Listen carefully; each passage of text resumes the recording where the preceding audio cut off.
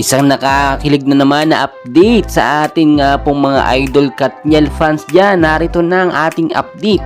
Kathryn Bernardo as of now ay nasa Thailand nga po't nagbabakasyon kasama ang kanyang pamilya. Pero may mga nakuha tayong updates na ito nga daw pong si Daniel Padilla ay sinundan sa bansang Thailand itong si Kathryn Bernardo. At alam naman natin after nung Christmas party sa Star Magic, nabuong muli ang kanilang chemistry at pag-iibigan. Pero syempre may nagawang kasalanan ito si Daniel Padilla na hindi naman agad-agad instant ay mapapatawad ni Kathryn Bernardo.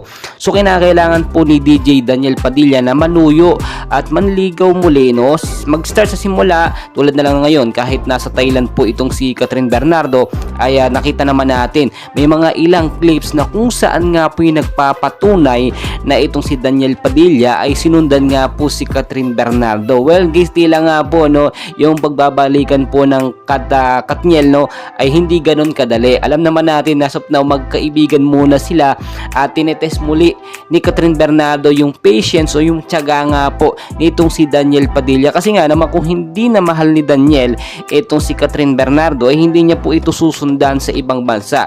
Ang gumagawa lang man ng ganito ay yung mahal niya pa yung tao, yung may mahal talaga. At alam naman natin kahit nakagawa ng kasalanan nitong si Daniel Padilla, malambot lang po ang puso ni Kathryn Bernardo. Napakadali lang pong pasayahin niya at pakiligin.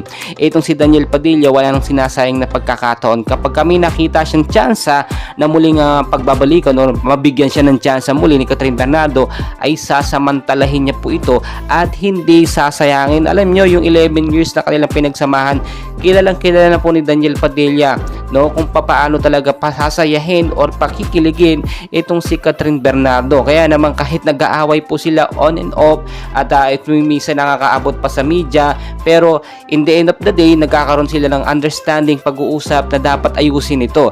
Alam nyo ngayon 2024 may mga ilang clips tayo na nakuha o nakita nung Pasko nga, ang bagong taon, nakita nyo ibang mga updates, mga clips sa internet na sila ay magkasama. So pagpapatunay lamang yon na hindi pa tapos ang pagmamahala ng Kathryn Bernardo at Daniel Padilla. Sa kabilang banda, hinihintay lang naman natin yung official update nila o confirmation namin gagaling mismo sa kanila na sila ang mag-a-announce sa mga fans. Kasi yung mga fans na sinasabi ay niloko lang daw sila ni Daniel Padilla at Kathryn Bernardo. Hindi naman daw talaga naghiwalay, pero ang sinasabi hiwalay nga daw po. Well guys, alam naman natin gusto rin lumagay sa tahimik ni Daniel at ni Kathryn.